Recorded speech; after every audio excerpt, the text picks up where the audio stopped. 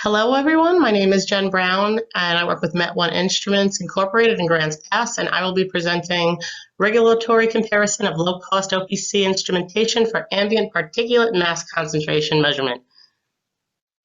I'll start with an overview of our testing that was performed. The total mass in the form of PM1, PM2.5, and PM10 was measured using US-EPA FEM designated beta attenuation mass monitors and compared to the results from our real-time OPC mass measurement device, our ES-405. 3 BAM 1020 units were co-located with 3 ES-405 devices at each of 3 different locations: Elizabeth, New Jersey, Salt Lake City, Utah, and Riverside, California. Now for an overview of the ES-405 product itself and some of the features that it has. It simultaneously measures 4 of the important inhalable PM masses, and this mass is derived from 50 channels of particle size bins. It has active volumetric flow control, incorporates sheath air to keep the optics clean, has an inlet heater to reduce moisture-related measurement errors, and data can be sent directly to the cloud to remotely view, download with a modem accessory, and you can also connect external meteorological sensors for parameters such as wind speed, wind direction, RH, ambient temp, and barometric pressure. Now, the OPC versus BAM slopes differed between mass size concentrations at each site, as well as when comparing the same mass size cut points between different sites. Now, this provides evidence of the importance of a K-factor to accommodate for dissimilar ambient conditions at different sites. As you can see from the graph, PM1 at each of the sites was the same for Utah, New Jersey, different for California, different across the board for PM2.5. And PM10, Utah and California seem to be the same, but not for Jersey. So what is a K-factor? A K-factor is used as a multiplier to correct the output to true PM values in typical conditions. OPC engines are unable to speciate the air. We're using particle counts, and we're multiplying by volume and specific gravity here for the K-factor. To come up with what a mass is. That assumes that all particles are the same. But if the air composition changes to a denser makeup, the unit will report a lower than true PM value and vice versa.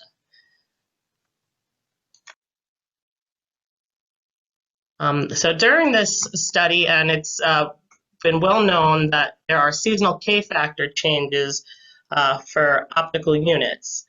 The air composition changes seasonally. In this study, initially, all of the ES-405 units were deployed with a K-factor of 2.7 for all mass sizes.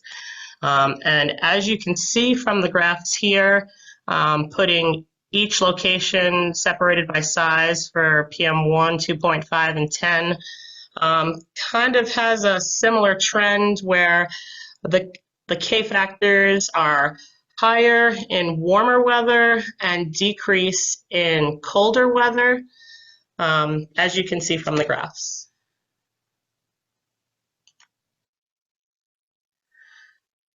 So here I'm going to show you the results from each of the 3 sites and kind of a picture of what sites look like. Graph-wise, we have a time series of the 24-hour averages of both the BAM 1020 regulatory units and the ES-405 with the appropriate K-factor applied. And then also a scatter plot showing how well they match slope-wise and how well the correlation is via the R-squared value. In Riverside, we were next to an elementary school for the images. And here's the results from Elizabeth, New Jersey. Our Elizabeth, New Jersey site has the most equipment at it. And it is also located next to a toll booth on the Goethals Bridge off of the New Jersey Turnpike.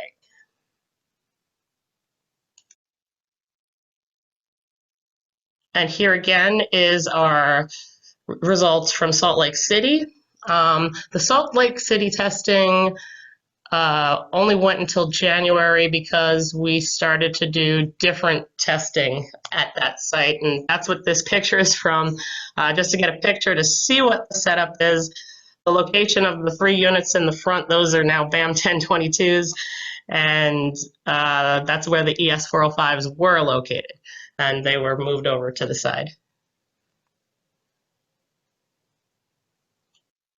A year's worth of comparison results showed that the ES-405 had good to excellent R-squared fit with the regulatory BAMs, especially for PM10, which it's normally lower cost optical particle counters don't tend to do so well at the larger PM sizes. Across all sites, we found the OPC mass measurement units maintained excellent intra-model precision across the entire study. And we attribute this to its enhanced internal flow system.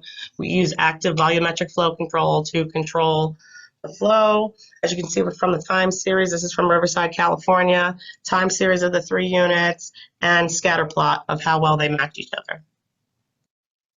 So now I want to explain how important flow control is and flow rate is for particle counters. A change in flow rate is going to change the number of particles counted and subsequently change the reported mass. So I set up an experiment. 5 particle counters were set up on a particle generating station.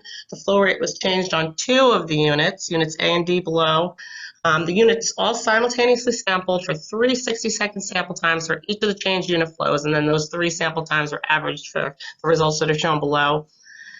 And the experiment was conducted with 0.5 and 1.0 polystyrene latex spheres. And as you can see, when the flow is increased on the 2 units, the particle counts significantly decreased. After that, I ran an experiment to show how flow changes affect optical particle counter mass output. This was done in our yard in Grants Pass, Oregon. 2 ES-405 units were deployed with their inlets about 2 feet apart, as you can see in the photo there. The initial testing had both flows set to 1 liter per minute. The results of this are shown in the leftmost graphs for PM2.5 and 10. They are spot on, measuring pretty much exactly the same. Then the flow was adjusted on 1 unit to 0.7 liters per minute and then 1.8 liters per minute. The results on this page in the center are for when we changed the flow to 0.7 liters per minute on 1 of the units. And that's shown in orange here. And as you can see, it is measuring a little bit lower. You could see it, but I mean, when you're at 10 microns, I mean, it's so small. But with the scatter plot on the right, you can see that it's measuring about 15% less than the unit at 1 liter per minute. Now here's the results from when the flow was increased to 1.8 liters per minute. And as you can see from the PM2.5 and PM10 graphs, you can visually see it, especially on the 8th of September, and this is when we had increased smoke come into the valley. And it can also be seen from the scatter plots that it's measuring about 15 to 20% higher than when the flow is 1 liter per minute. And this is because you're pulling in more volume of air, so it's seeing more particles, but it still thinks that it's at 1 liter per minute, so it thinks it has less, so it's reporting more. So now I want to talk about meteorological parameters and what I like to call the fog effect. At each site, we deployed equipment to measure wind speed, wind direction, ambient temperature, relative humidity, and barometric pressure. And PM10 concentration spikes were seen at all 3 sites in foggy conditions. These always occurred when the R rate was over 95%, as can be seen from the upper left graph. The dew point temperature was within 0.7 degrees Celsius of ambient temperature, as can be seen from the bottom middle graph, and when the wind speed was less than 1.5 meters per second by the top right graph. But the spikes did not always occur under these conditions, making a correction factor next to impossible. The data below is from Riverside, California, from May 2019 to March of 2020. Interestingly enough, the condensing ambient air didn't show the same as results for PM2.5 measurements. It's well known that Particle size increases as water is absorbed, particles start to aggregate and get bigger. This is not shown in the graphs. Any spiking is more, it's not pinpointed to one area for RH and ambient temp as was for PM10. And now I want to show how the ES405 can be used for source apportionment and how instantaneous particulate measurements can help pinpoint how much and when a pollution excursion occurs. So let's look at the graph below. We've got ES405, PM2.5 minute concentration measurements in Elizabeth, New Jersey, and how it compares to the hourly PM2.5 concentrations of collocated BAM. The BAM 1020 and ES405 hourly averages are practically identical, but we have spikes during excursions. So as you can see on the left, we've got a 10-minute excursion where the PM2.5 hops up to 60, and then on the right, we have another excursion, two excursions actually, where one goes up to 140. So we know the exact timing of these excursions, and if we had, say, a wind speed, wind direction sensor, we'd be able to tell where that excursion was coming from. In summary, regulatory beta attenuation mass concentration measurements were compared to the results from a real-time OPC mass measurement device at 3 sites across the US for over a year. The OPC correlated well with BAM, especially at larger PM10 mass concentrations. The units displayed excellent intra-model precision. Examples of how flow control is important to maintain correct output was illustrated. Influence of meteorological parameters were discussed, and K-factor usage explained. Seasonal and location variations were illustrated.